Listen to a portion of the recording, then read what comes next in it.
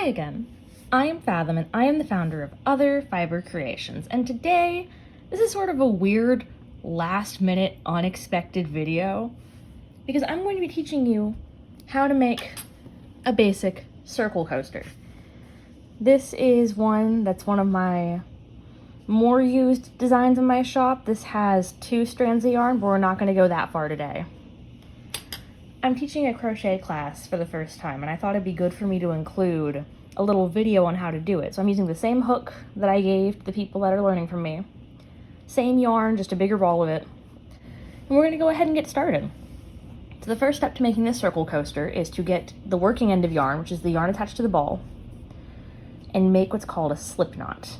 Essentially, I wrap it around my finger, like so. I pinch it off using my thumb and index finger from the other hand, and pull it off. So we have that.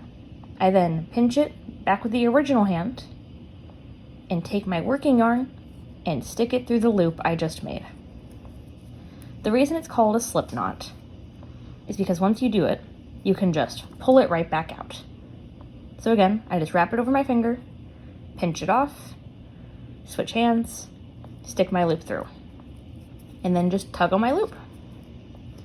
Once I have that, what I do next is I take my hook and insert it in once I tighten my loop a little bit. I'll have a little bit of a tail. That's normal. Don't worry about it. I'm then going to chain 4. Chaining is just yarning over and pulling through. So 1,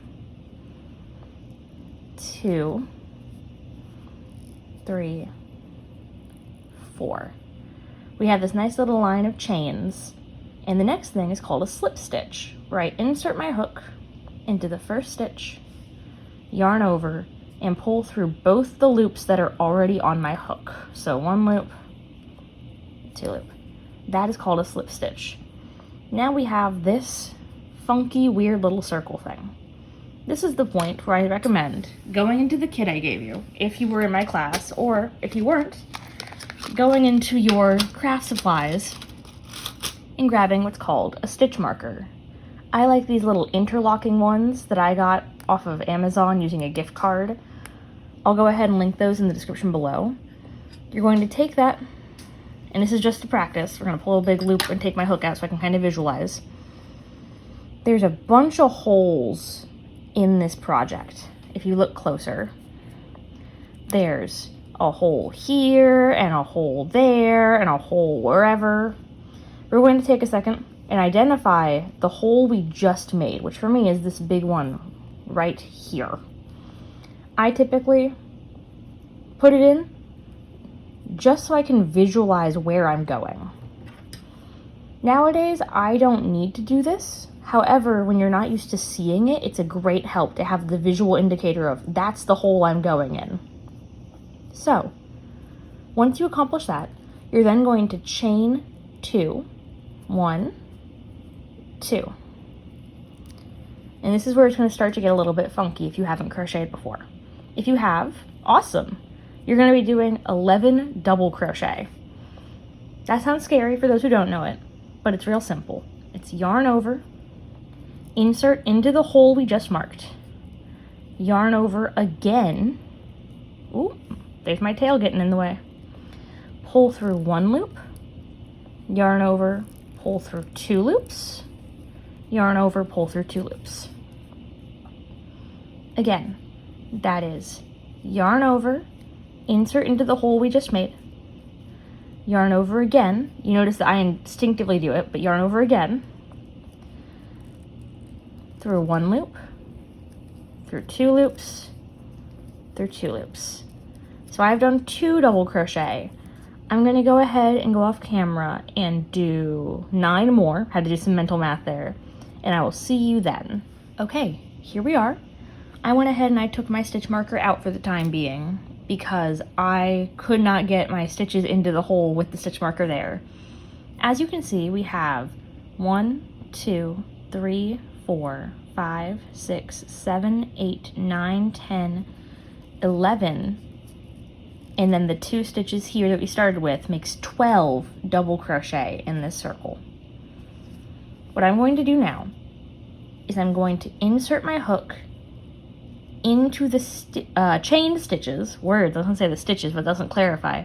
The chain stitches from the start. So right here for me, I insert, there we go, yarn over and pull through both. We are closing off the row, or round rather, with a slip stitch, which gives me this cute little circle, and that's the first round done. For the next round, we're going to chain 2. Nice and simple, just like last time. And instead of crocheting into this center circle, we instead go into these little bars. If I come up real close to the camera, you can see that there's a line and then bars right here. It's kind of V-ish shape. When I turn it this way, it's a V, right? Let me use my hook to kind of point to it. Right in here. That is the area we're going to be aiming for. Ooh, my hands are a little clumsy because this is first thing in the morning. So, what I'm going to do is I've chained 2. I'm going to work into the same stitch I just came from. So that's right here, this hole where my little chain set is coming out of. So yarn over, insert into that hole, yarn over again, pull through 1, pull through 2, pull through 2, which is another double crochet. I'm then going to work in my next one, so not anything that has anything coming out of it, but this shape right here. I'm going to go underneath those bars when I do this, so I'm going to yarn over, insert in, yarn over, pull through 1, yarn over through 2, yarn over through 2, and repeat it in the same stitch. So yarn over, insert. As you can see, I'm doing 2 double crochet in 1 stitch. This is called a double crochet increase. So I am just going to double crochet increase around the circle. At the end, that means I'm going to go from having 12 double crochet to 24, which is good because we're trying to kind of grow out by 12 stitches every row.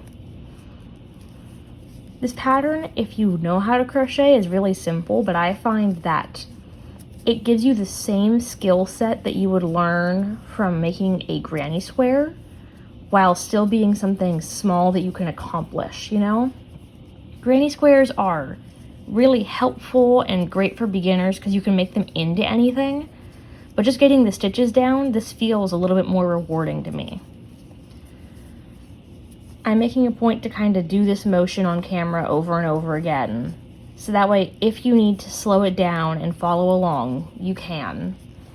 But also, you can go back and watch me do it slower, or go to other tutorial videos on my channel where I teach how to do double crochet, the mesh stitch, the granny square, all that jazz. So I'm going to finish this little bit right here and I'll come back in a second. Okay, here we are at the end of the row. You can see there's this kind of gap here. That's totally normal. What you do is just identify where you came from, at the start of the row, or round rather, insert, yarn over, and pull through both. Another slip stitch to the start of round. That's going to leave this little bit of a hole here. That is a totally normal thing because on this one, our kind of sample one that I made with 2 strands, you can see there's my start of the round. I used 2 strands of yarn on this in order to fluff it up a little bit, in order to make it look a lot fuller and kind of cover that up. But for just learning the stitches, this does a great job, and it's okay. It will not soak your table because of one tiny spot, you know? We're gonna go ahead and do one more round. So this is the last row. What you go ahead and do is you chain 2, just like we had the previous rounds. This one's gonna be a little bit weird and is gonna require you to count for the first time. I mean, you've probably already been counting because of the increases, but it's gonna require you to count stitches, another very important crochet skill. We wanna have 36 stitches in this round. That means we're going to have to do what's called a double crochet, and then a double crochet increase, which we just learned in the last round is 2 double crochet in the same stitch. That got me to 3. Then I'm going to double crochet, double crochet, increase in the next stitch. And that gets me to 6. And we're going to have to repeat that stitch pattern all the way around. When you read this in a written crochet pattern, it'll typically be parenthesis, double crochet, comma, double crochet, increase, end parenthesis. And that typically means you just do that all the way around the pattern. If it has a number after it, like X2, then you do it twice. But for this pattern, it's real simple. It's just do that stitch pattern all the way around. I know it's a little bit scary because you have to keep count of, do I do 1 stitch or 2 stitch in these ones? But if you mess up, it's okay. You just go, oh no, I miscounted, and then you can just pull it right back out and do it again. It's something that I really love about crochet as an art form, is that it is so fluid and you can go back and forth and do the things you need to in order to rectify any mistakes you make. Since I have a bit further to go on this one, I'm going to go ahead and finish the row, or round. I keep going to say both of them at the same time. And I will check in with you then. Here we are at the end of our round once again. We can see our starting chain 2 right here, and I'm just going to go ahead and insert my hook. Ooh, it does not like me this morning. Ding! Yarn over and pull through both, ending the row with a slip stitch. And that is our fun circle coaster. If you want to go ahead and finish off the project, you're going to grab a pair of scissors. I have my little fancy yarn scissors or embroidery scissors here. I just snip it with a good amount of tail. Tail is what we go ahead and we call this yarn that's over here. And I know it's really scary of, oh no, there's like nothing attaching it, because before this was making it easier so you didn't lose your loops, right? It's okay to lose the loop this time, because we're just going to take the hook and pull that yarn loop out. And you're like, oh no, it's going to come undone. I'm yanking real hard. It's not happening. It is all good on that front. And now I bet you're wondering, Fathom, how do I get from this to this, where there are no yarn strands sticking out? The trick to that is that you're going to want to go into your own little bag of notions, which is what you call your stitch markers and tape measures and all these things. I'm going to go ahead and grab, I like this one. This is a tapestry needle. It is a type of sewing needle that is basically bigger than average. I've heard them called darning needles. I'm pretty sure this is a tapestry needle. You're just going to go ahead and take the yarn tail that you want to weave in, which is what this is called, weaving in your ends. You're going to hear people complain about it. And you're going to go basically inside of these loops here. I choose here, I'm going to go ahead and show you again. I'm just choosing to go into this circle right here. I'm going to stick my hook, not my hook, my needle, sorry, underneath some, and just pull the yarn end through. I'm going to do that one more time. I know my end is getting a little bit short, so I'm going to cheat and stick my needle in first. And then insert it. I'm going to go quiet for a second in order to focus. There we go. And just pull it through. Ooh, you're going to give me difficulty today, buddy? There we go. Once you've done that, through a couple of stitches, like I did a good like half circle, take your scissors and snip real close to it, and then because pulling it will tighten it, you just massage it back out and it'll hide underneath these stitches. So I'm going to do that again up here. It's going to be a little bit more difficult because these stitches are taller, but I just take my needle. You can see I'm kind of taking the fibers here because this one comes apart. And I'm just twisting them back together before I approach my needle. Insert it. Now that I have a longer end, I'm going to go ahead and put a tiny knot so that I don't have to rethread my needle every time. So there we go, attached to my project. This is not an exact science, it's an art. So I'm just going to go ahead and go through there. Those couple look good. Give me those. You might have to yank a little bit harder than you think you do. There we go. I'll go ahead, when you're able to, going both directions is great. So I'm going to take the bottom loops and just go through these same stitches I just did. I'll go down a little because I can. Maybe back up one and through those loops I did before, now that I have some nice loopage down here. Like I said, it's not an exact science at all, but once you feel good about it, fasten off, do some scissors, stretch it out, and boom. You can see that even though I do this professionally, mine is not perfect tension-wise. I am not used to working with this hook. I'm used to working with this hook. This is my Clover Amour 4.5. It has a fancy handle on it that changes how I crochet. So, these holes being around and all that, that is totally normal for your first project.